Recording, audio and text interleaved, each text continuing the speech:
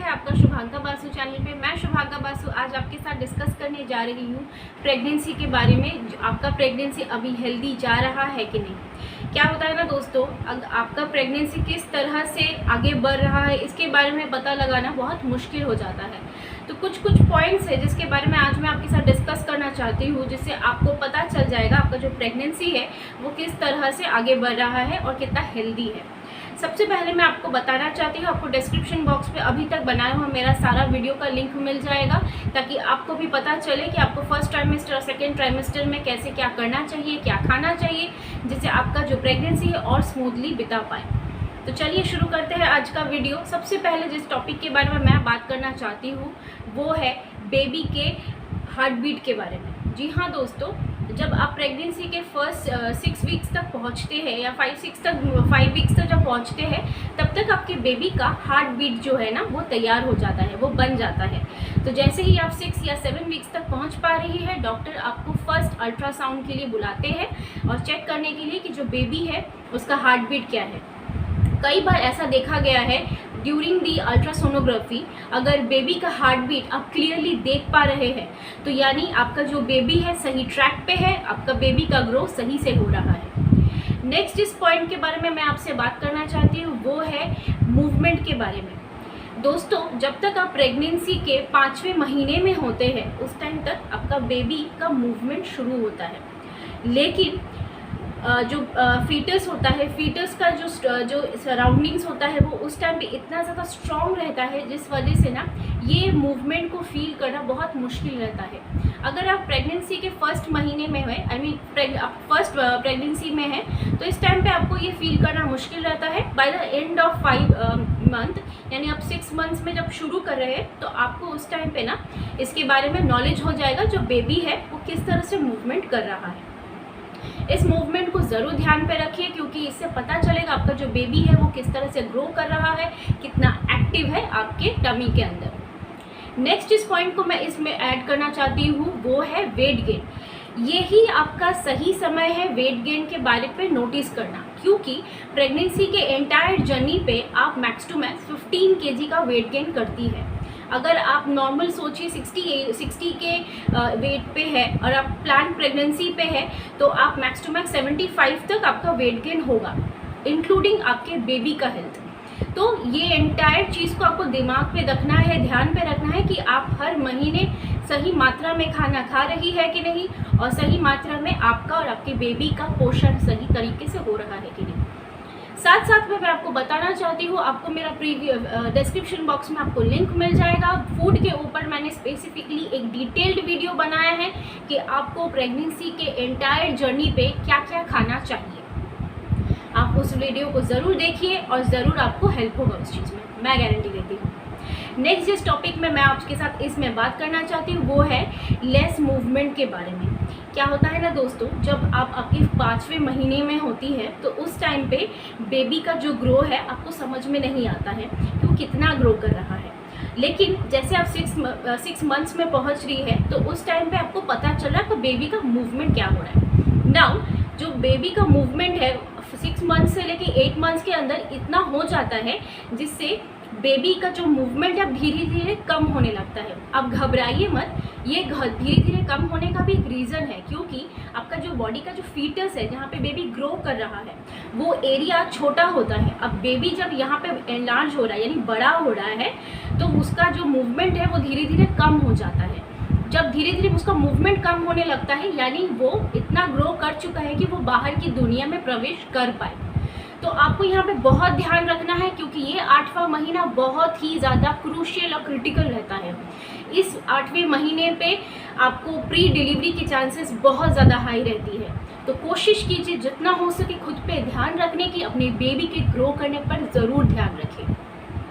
हर 1 घंटे या half an hour के डिफरेंस में आपको ये नोटिफाई करना है आपका बेबी हिल रहा है कि नहीं, आपका बेबी का मूवमेंट हो रहा है कि नहीं। ये बहुत ज़रूरी है दोस्तों, क्योंकि अगर बेबी के हलचल पे आपको थोड़ा भी शंका हो रहा है, थोड़ा भी आपको लग रहा है कि नहीं बेबी मूवमेंट नहीं कर रहा है, मैं आपको सजेस्ट करूँगी तुरंत डॉक्टर के साथ कंसल्ट कीजिए, क्योंकि इस टाइम पे प्री मैच्योर बेबी का आना बहुत ही बुरा होता है और बेबी के कंडीशन पे भी बहुत इफ़ेक्ट होता है।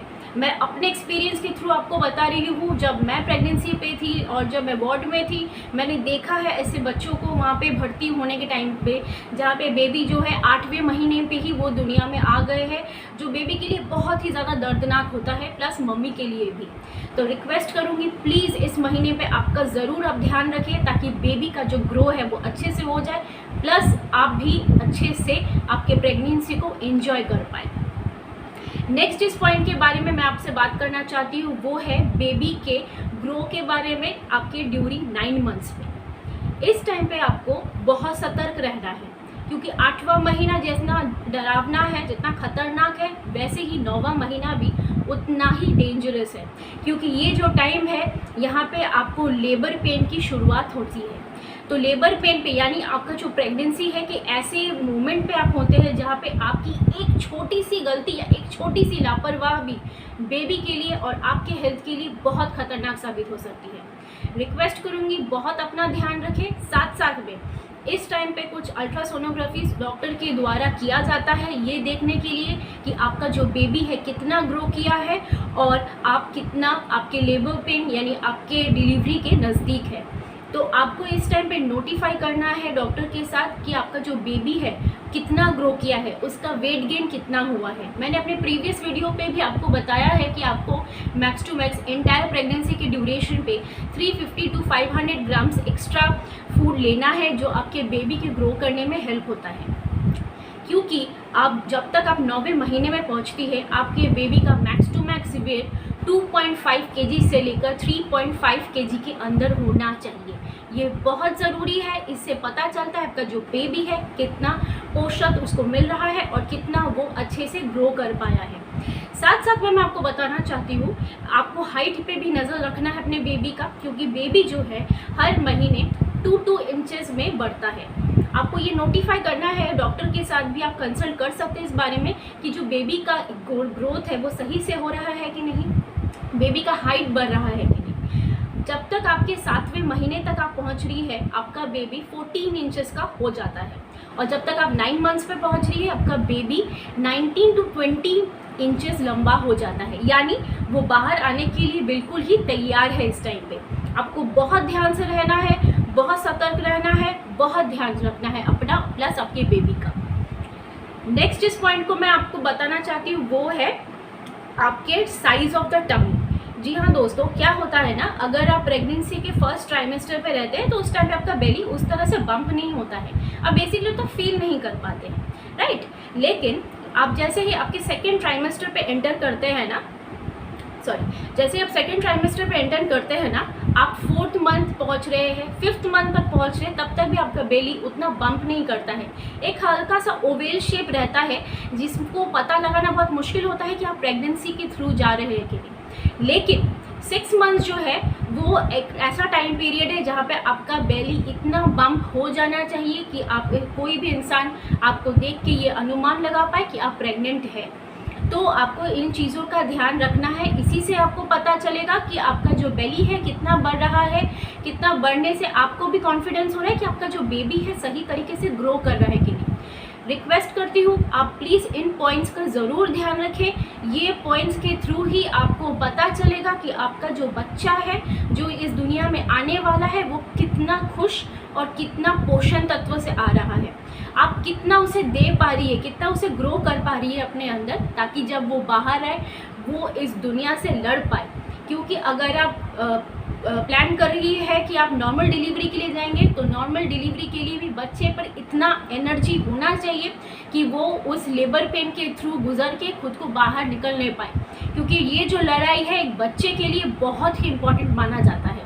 साथ साथ में अगर आपके डॉक्टर आपको प्रेस्क्राइब कर रहे हैं सिजेरियन के लिए तो उसमें भी कोई प्रॉब्लम नहीं है दोस्तों, सिजेरियन पे भी आप जा सकती है। पर मैं आपसे सजेस्ट करूँगी कि जो मैंने फेस किया है कि लेबर पेन पे जो बच्चे को जो एनर्जी मिलता है फाइट करके बाहर निकलने का, वो बहुत ज़रूरी होता है बच्चे के लिए, क्योंकि वो ही उसको हेल्प करता है बाहर निकल के फाइट को आगे अपने बैटल ग्राउंड पे खुद को साबित करने की, हाँ कि he is ready for it या she is ready for it. आज के वीडियो में आपके साथ मैं इतना ही डिस्कस करना चाहती हूँ। आशा करती हूँ आपको ये वीडियो बहुत पसंद आएगा।